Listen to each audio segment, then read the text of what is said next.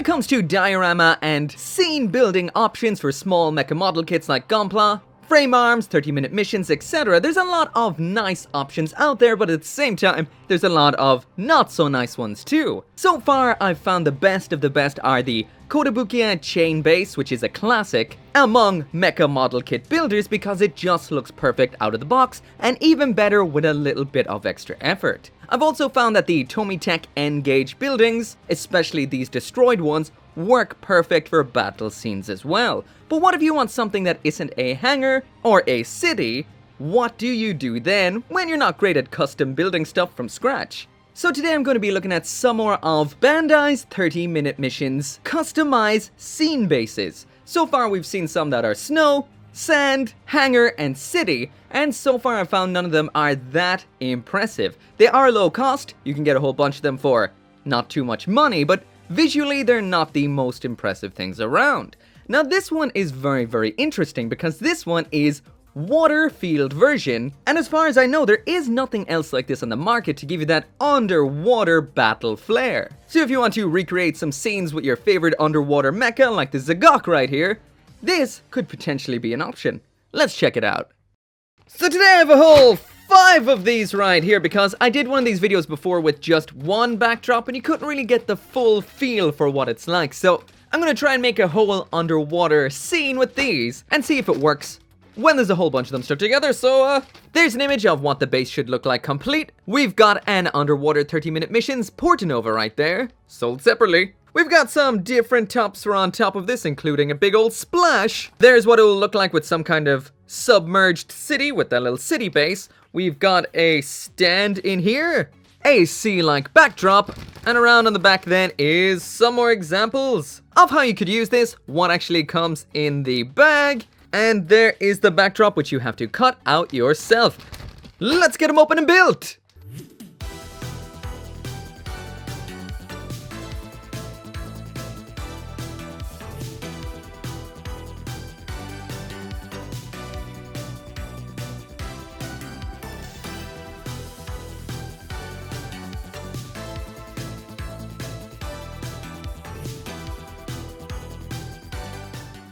So anyway, here is what one of these looks like completed. So these come with a whole bunch of parts. This is just it built as standard. So that is with that dark, muddy looking bottom, those big crystal, well, what I can almost describe as windows. These look exactly like what we would have seen with the hangar style display. They're just now in crystal blue.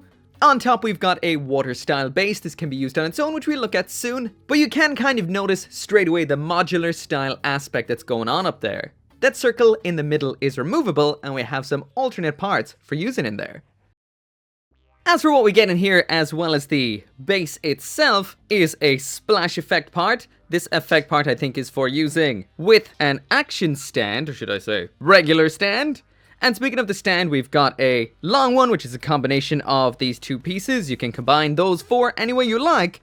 And some adapters. This one's for attaching multiple bases together. This one is just a different kind of joint to this kind of joint to this kind of joint. And finally then we've got one of these grabby gizmos right here. This stand segment of course can be just popped in like so and has a multitude of different attachments for attaching it to whatever you like. Pretty much the same as what we would have seen with the last couple of sets of 30-minute missions scene bases. As for what is going on up top, there is the standard crystal water style. Actually, I'm going to pop this off so you can see what that would look like as a standard action base on its own. Just pop Char Zagok on that there so you can see what it looks like with something on top of it. This is somewhat small, I guess. That's why it is a good idea to buy more than just the one. And yeah, that doesn't look too bad. Not too bad at all. This circle does kind of distract from it a little bit. And once again, that is because this is modular. You can pop that out, pop in the alternate one. This one looks like the water is bubbling a bit from some thrusters above. And then you can use this in combination with one of the different action-based bits. So I'm just gonna stick it in like so. And this time we'll just stick the Revive Gundam on here just to show that this can be used with any standard 3mm peg hole. So there he is, flying above the water. Of course, the blue stand does kind of make it look a little bit like a blue column of water is shooting up its butt. It would have been nicer if this was in clear, but we do get clear ones with some of these other scene bases, so you could just use those.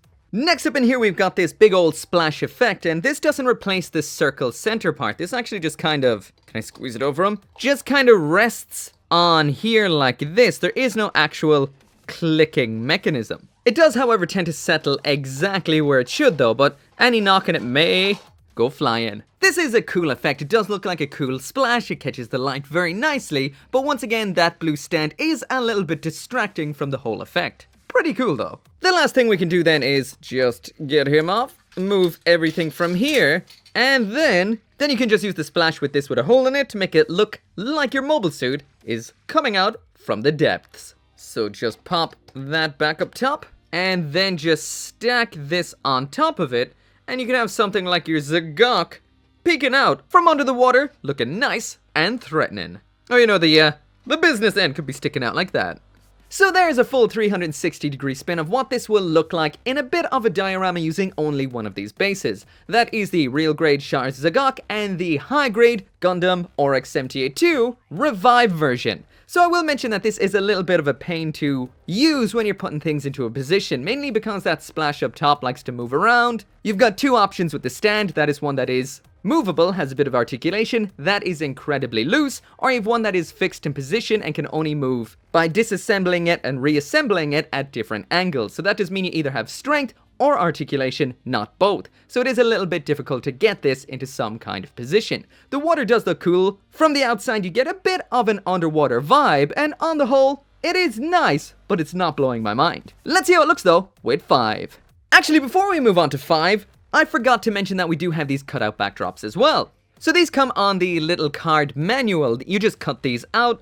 We've got some sea floor along the bottom. I'm not sure if it'll pop up in the video or not, but there is some of those kind of sun rays coming down on the right hand side one. But one thing that is a little bit, well, scene destroying or immersion breaking is that big open area up the back. For example, if I turn up the lights in the background, you'll see that you can pretty much just see right through that.